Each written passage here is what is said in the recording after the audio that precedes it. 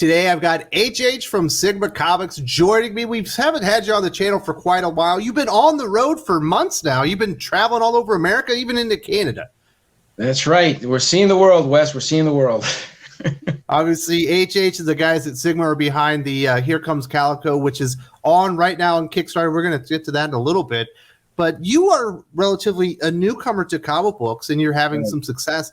And on the road, getting out there, talking to people, you've actually experienced a tremendous amount of success. You've been selling out at every convention that you've been going to. Why is it such a good time for newcomers to get into comic books? Well, I think the public is hungry. They have an appetite for something new. And I think you're seeing it obviously in manga.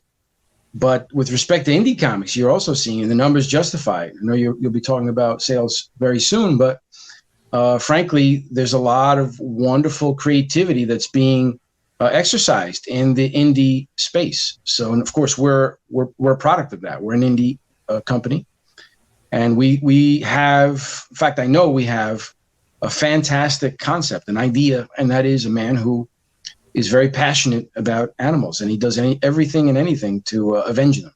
So it's a great angle. Everybody loves animals.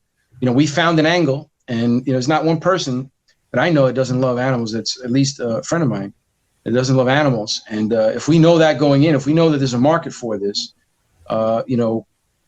this blends very well with the character that I came up with a few years ago, and that's the Calico, somebody who really loves animals and is pretty hardcore about avenging them.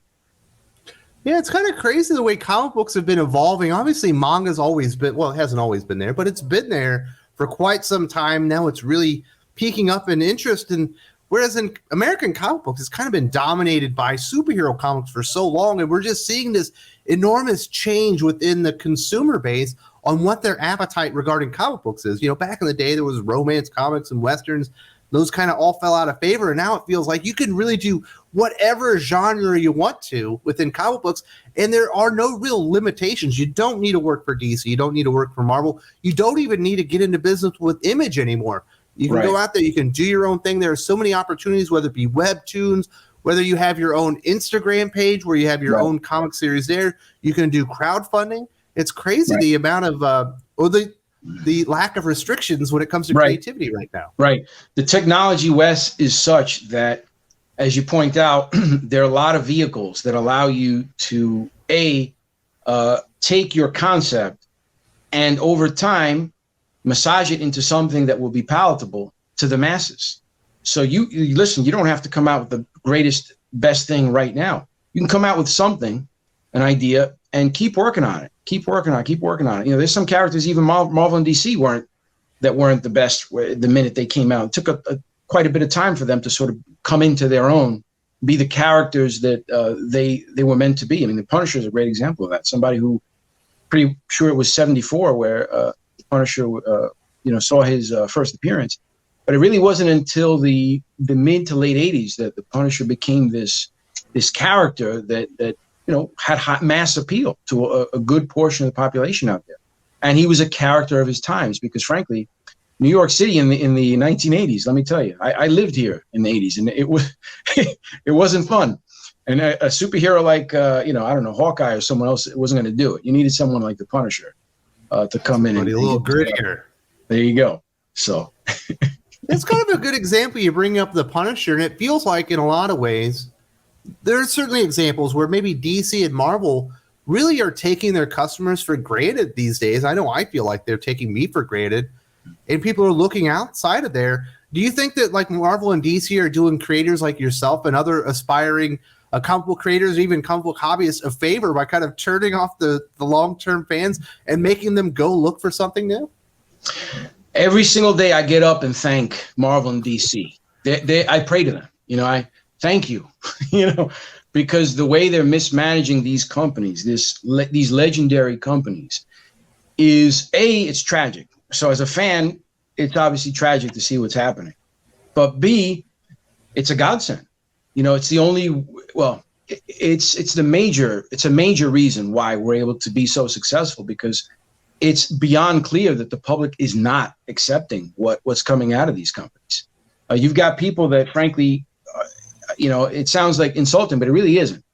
that are simply not qualified to be working at this company. What they should be doing is, and it's not that they're not talented. Let me clarify. There's wonderfully talented people who are working at Marvel and DC, but they shouldn't be doing those roles. They should be doing other roles.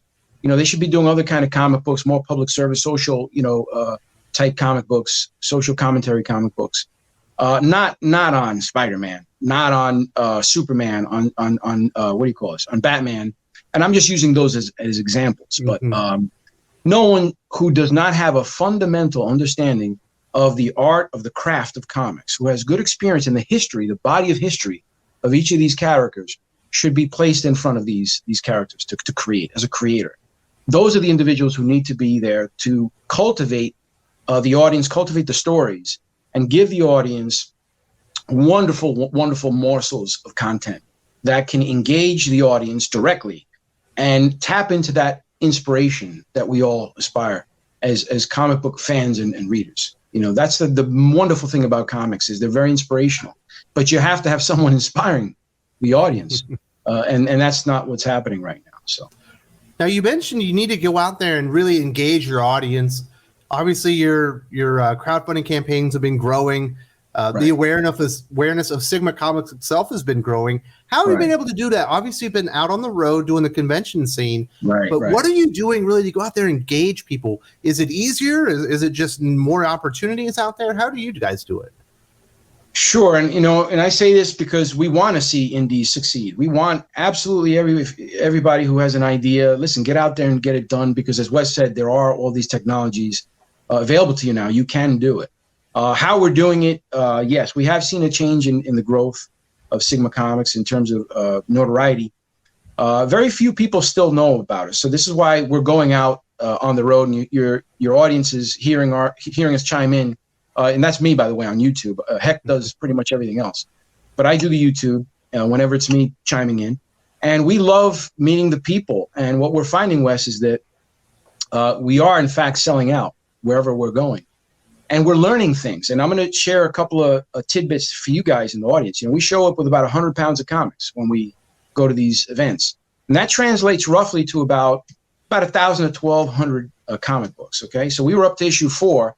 And early on, we were showing up with, all 4 issues. So if you do the math and you divide it, you're only going to sell between 250 and 270 sets of comics, right? Because people like to buy the set.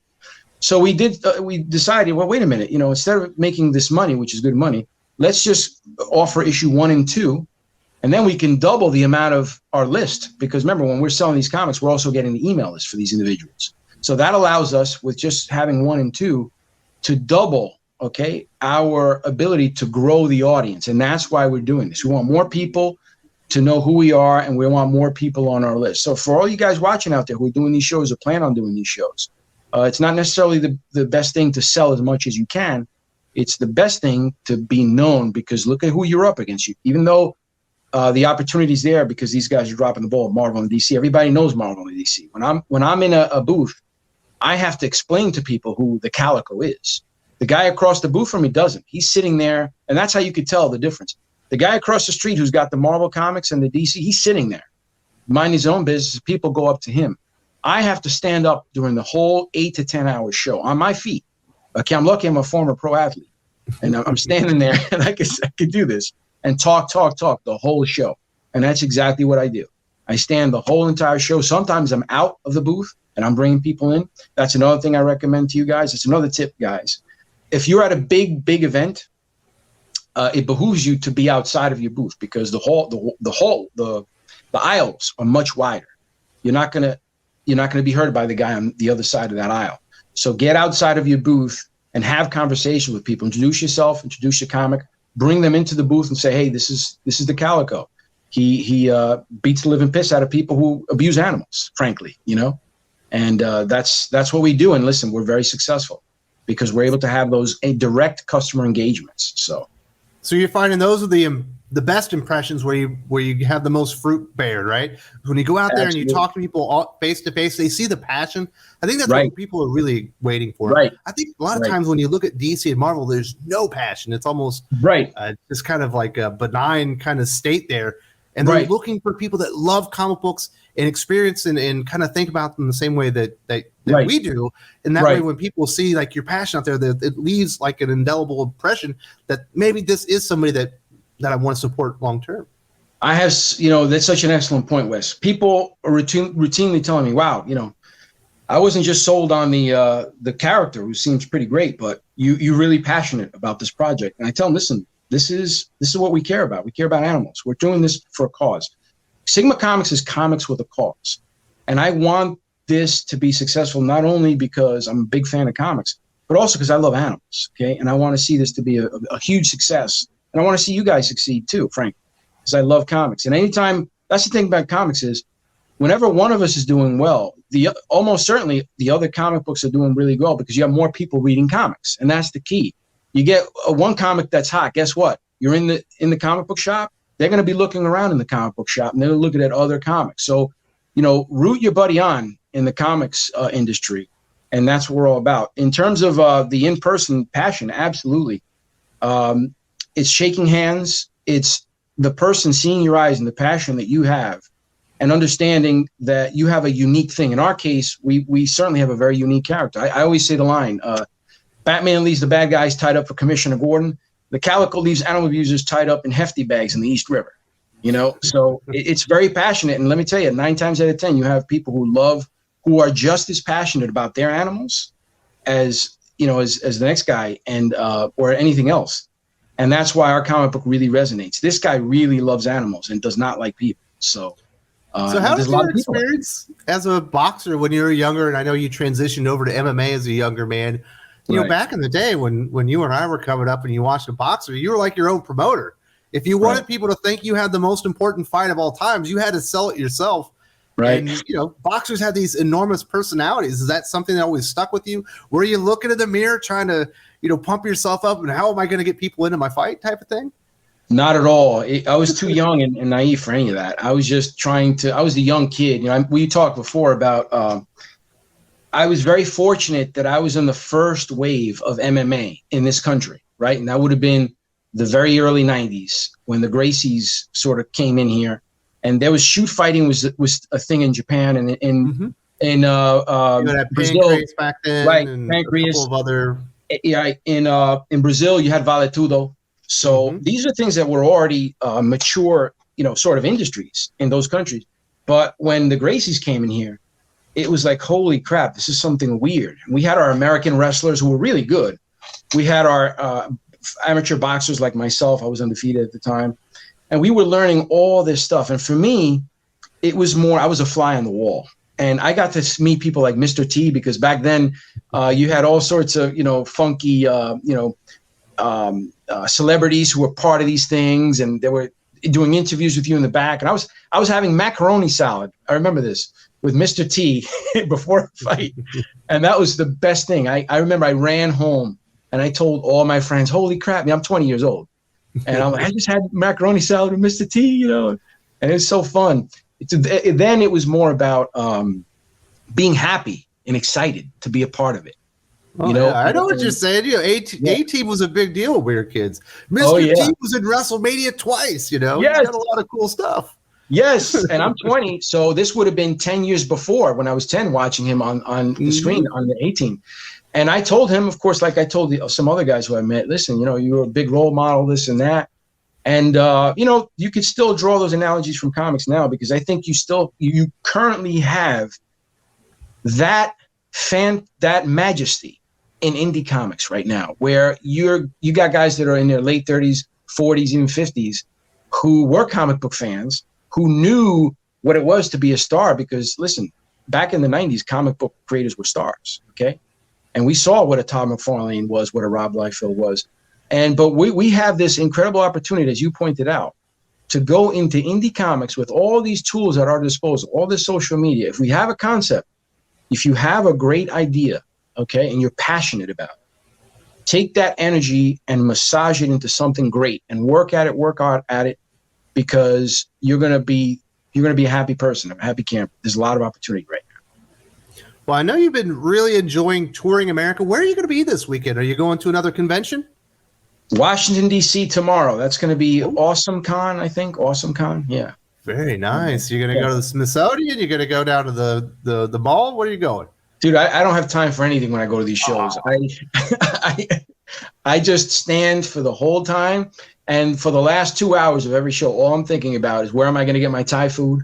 Where am I going to get my Mexican food? Whatever it's going to be. I'm exhausted. Hey, you're in Washington D.C. You got to get some clam chowder. Yes, absolutely, clam chowder. But you know what, Wes? Was it Legal Seafood? That's the place I always went when I go there back in the day.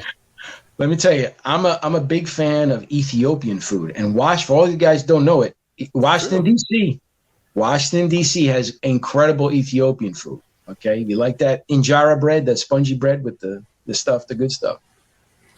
So we did talk about, you do have a Kickstarter campaign going on. Obviously, you're going out on the convention scene to promote Here Comes Calico #5. It's on Kickstarter right now. It's almost fully funded. What should people know about the project if they considered it, or maybe they're on the fence, or they need a little extra nudge to jump on that? Right. Every single person that's watching this show, every single one, listen, guys, don't listen to me. Go on and just play that video that's on that page for Here Comes Calico #5. Go on Kickstarter.com and search Here Comes Calico 5. You'll see it. You'll see the Jiggler. The Jiggler's on the front page there. He's definitely a very compelling character. But watch that video. Don't listen to me. Watch the video and listen to people who know comics, who've been talking about comics. Let them tell you what this comic is about. And I really stress that. It's one thing for the comic book creator to come out and tell you to read it. Listen to them. Every single person, seriously. This is a great comic book series. And the thing about this series is it's for a good cause. We're comics with a cause. We're fighting animal abuse through comics. We love this cause. We love our comic book heroes.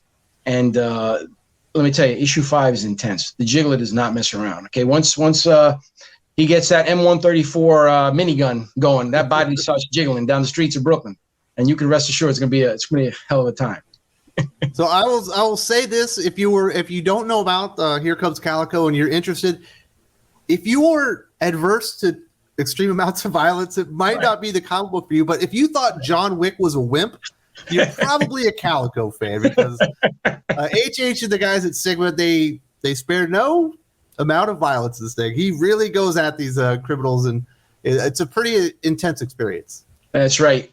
Our guy brings the goods, man. Big stuff, big guns. So I do want to say thank you very much to HH for coming on here, talking about what it's like being a new creator and all the opportunities there are. Is there any last words that you had for the viewers before we wrap this up? Absolutely. Thank you, Wes, for having me on again. And love you guys. Love the audience. Listen, guys, Here Comes Calico. Don't sleep on it. You guys have heard about the series.